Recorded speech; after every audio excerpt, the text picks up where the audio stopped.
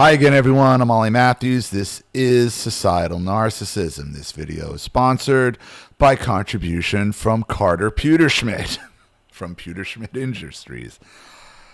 He sent me another clip. He sent me another clip of Harry Enton that he wanted me to analyze to kind of reiterate the point of the last video I just did for him on the crying CNN over the fatigue. And I got a video I'm also going to add on to this that kind of is going to go hand in hand with this. So, on to the show. It's another Harry Enton video.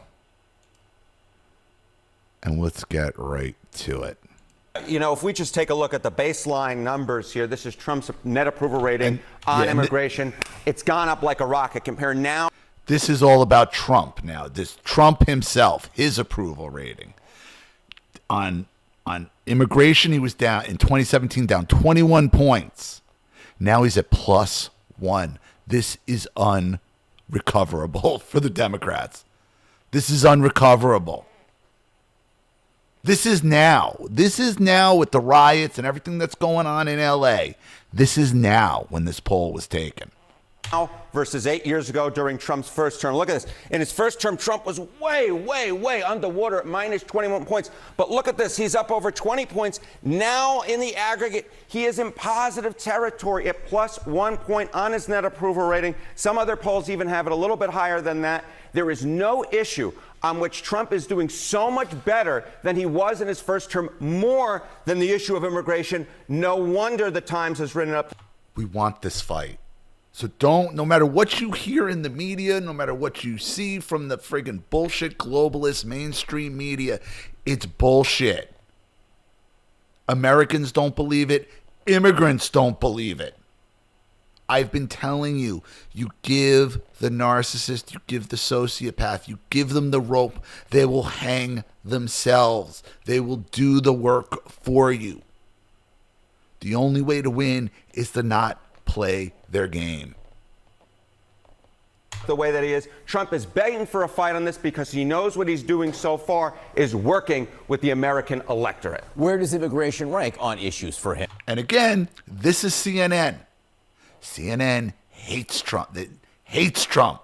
And how is he doing compared to other issues? Yeah, so I think what's so important is it is his top issue so far. And the reason it is his top issue is because take a look at the individual nuggets in here. Why are people approving of Trump on immigration, approve of these different immigration actions? Well, Trump's administration's program to deport those here illegally. Look at this, 54% approval. How about agents searching your hometown for those that they think are here illegally? Again, positive territory here, above 54. Get him out of here. The agent searching my own town, 51%. Yeah, come on in. Come on. Do you understand? I mean, that might not seem like a huge majority in American politics. Anything, believe it or not, over like 46% is basically considered a majority. You actually get over 50%, you got a fucking mandate. You got a mandate. And this poll, according was taken June 4th to June 6th. So this is recent. 50% for Donald Trump. So it's not just on the broad issue of immigration where Trump is doing well. It's on the specifics. When you dive into the issues, Trump is above 50% and his actions are above 50%. Because people have had it. They're fatigued. This is why the last it had to happen. Trump getting screwed in 2020, though the last 4 years sucked. It's probably going to, and long term, it's going to be the best thing that ever happened. Because people finally got a taste of real Marxism, communism, and saw where this shit was going to end up. And it finally sunk in with enough of them where they're like, fuck that. That's what happened. Had to happen. That's why I'm glad it did. 50%, at least with those most directly connected to what's going on right now out in Los Angeles. So Donald Trump, the president, picking a fight on this, and to an extent, you see Los Angeles Mayor Karen Bass, a Democrat, and the California Governor Gavin Newsom pushing back. So what do voters see in terms of their... Please keep pushing.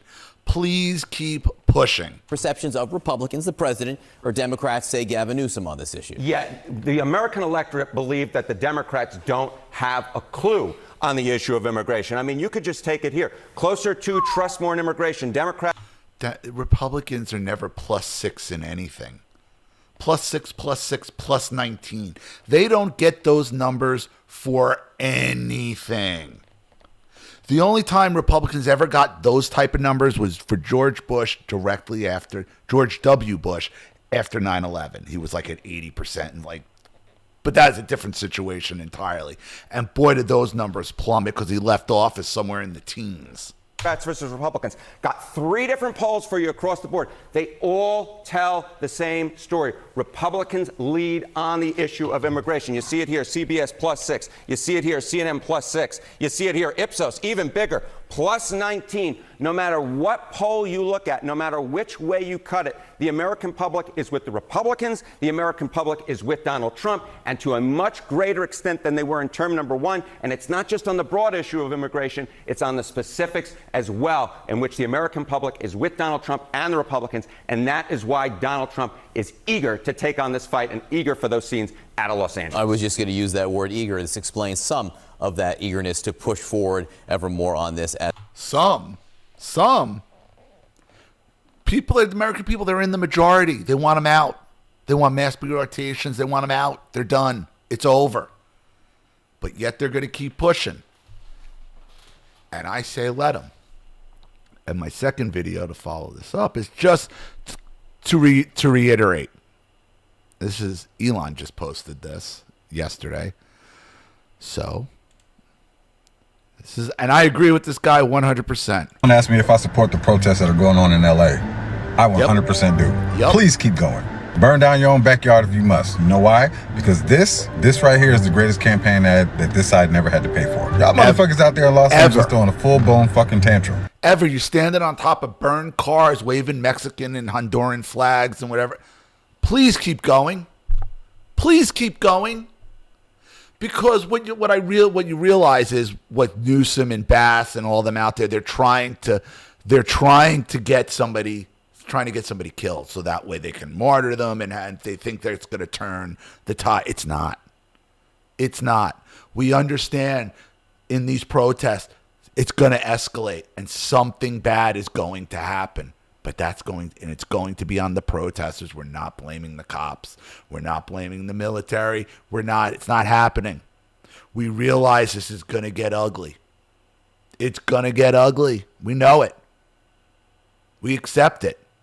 So keep going, because it's not going to have the effect you think it's going to have.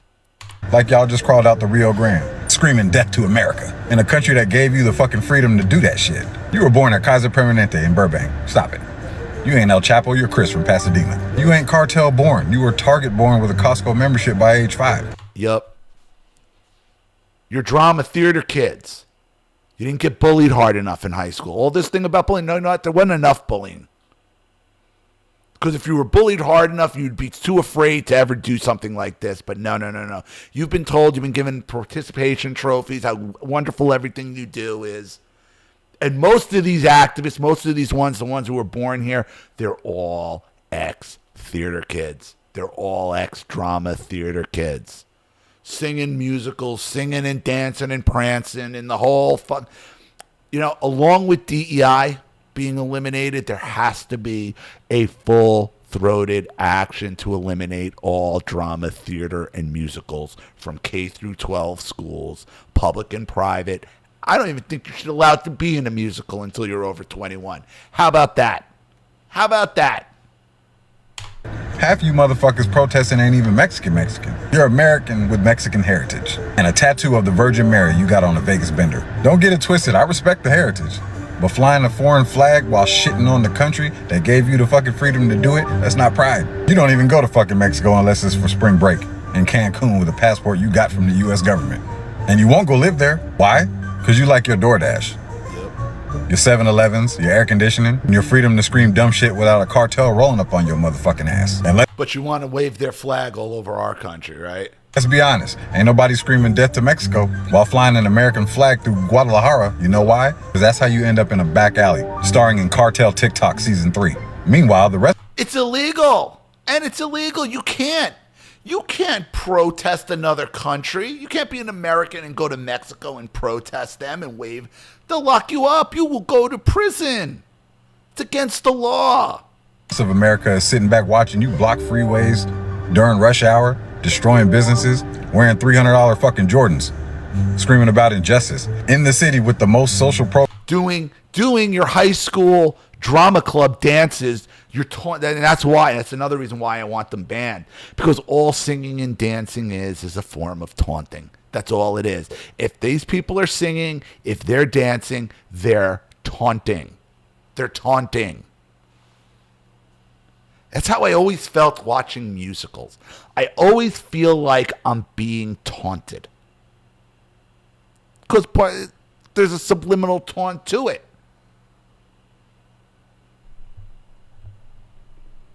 I'll never forget. I don't know if I've told this story. Like when I was with Macy's, one of the things, we had the Thanksgiving parade, obviously every year, and I was in charge of the overnight for several years, meaning I was in charge of everything that was operating around Herald Square from 7 p.m. on Wednesday night until I turned it over to whoever was coming in. It was usually Darren or Walter Avalon. Turned it over to him about 5:30, 6 o'clock the next morning, Thursday morning, and then I would go home, watch the parade.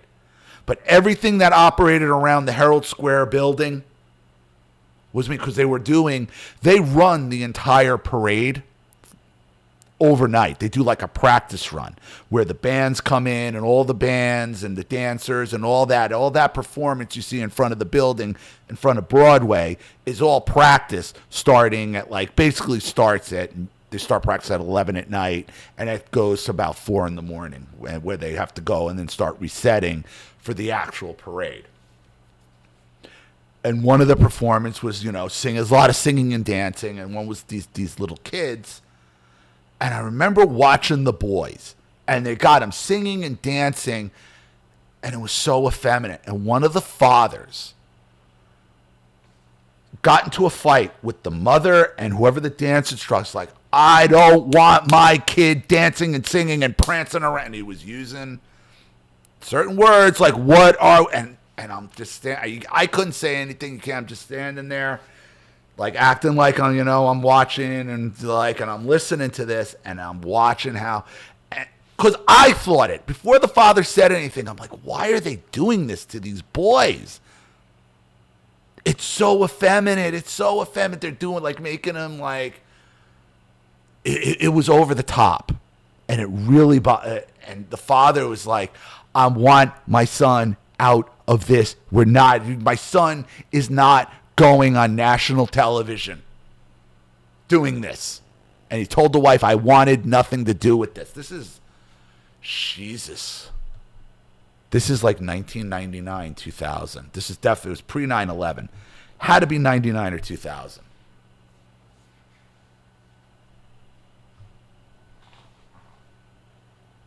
Kid wasn't in when because I watched it at home and I saw the performance, the kid wasn't in there. The father had him pulled out. That's why. I mean, it's like this taunting. It's taunting. That's what the father said. He's like, I feel like you're trying to shove this in my face. He's like, I think they were separated, or maybe they were divorced, or something. There was something with him and the wife. But the singing and the dancing was like tons. That was the first time I kind of got an inkling of that. Because I never liked musicals. I'm like, that's what it is. It's like they're trying to shove an agenda down our throats, and it's taunting and in your face. And the kid was like maybe 6 or 7, 8. I mean, young kids, and they had these young boys borderline mothers. All right, let's finish this up. Programs and diversity hires in the fucking country. Y'all are the political version of throwing a Molotov cocktail at a fucking Prius because you're mad about gas prices. So listen, I'm not mad you're passionate. I'm mad you're dumb. And your dumbass behavior is helping the other side more than a Trump rally in Texas with free brisket. Every time y'all riot, loot, tearing up your own shit, you're just birthing another red voter. So yeah, I support the protest. Keep fucking going. Keep flying flags of countries you ain't got the fucking balls to move to. And shitting on the system that literally gives you the right to shit on it. Yep. Keep going. Keep protesting. Keep burning. Keep dancing. Keep singing and dancing with the boomers and reliving your high school years. Keep going. Keep going. This isn't even a close issue for you. It's a mandate. Even your old tactics of trying to cause unrest and riots and burning and looting in the streets is not working. No one cares. Everybody still just makes more people want them out. You had a 40-point swing for immigrants on how they feel about immigration. 30 points for Trump. He's in the positive in all of it. And that's CNN telling you that. Keep going. Encourage them. When the enemy is making a mistake, do not interrupt them. It's rude. It's rude. So, thank you for another contribution and the clip again, Carter. I really appreciate it. Thank you to everybody who's watching. Please leave any opinions in the comment section below. And if you want your story read on the channel, you have a topic you'd like me to cover, something you like to expose, you like to set up a Skype, a phone call, have a private video made, you like to sponsor a video like this for someone who needs help and can't afford it, or just make a contribution to the channel in general to keep it supported, growing, and successful, because this channel survives 100% on contributions from all of you. Without you guys, all this goes away. So if you like what you see here and you want to see more videos like this, you know what to do with either the Cash App, Zelle, PayPal, and email links in the description box below. Also, please like and share this video wherever you can. Subscribe to my channel if you haven't, and be sure to click the subscription bell to be notified of all my video uploads. Also, be sure to subscribe to both my channels on Rumble. Please watch the video over there. Like, comment, share. It helps greatly with monetization and the channel growth. Also, please be sure to subscribe to me on X and Telegram as well. I'm Ollie Matthews. This has been Societal Narcissism. Take care, everyone.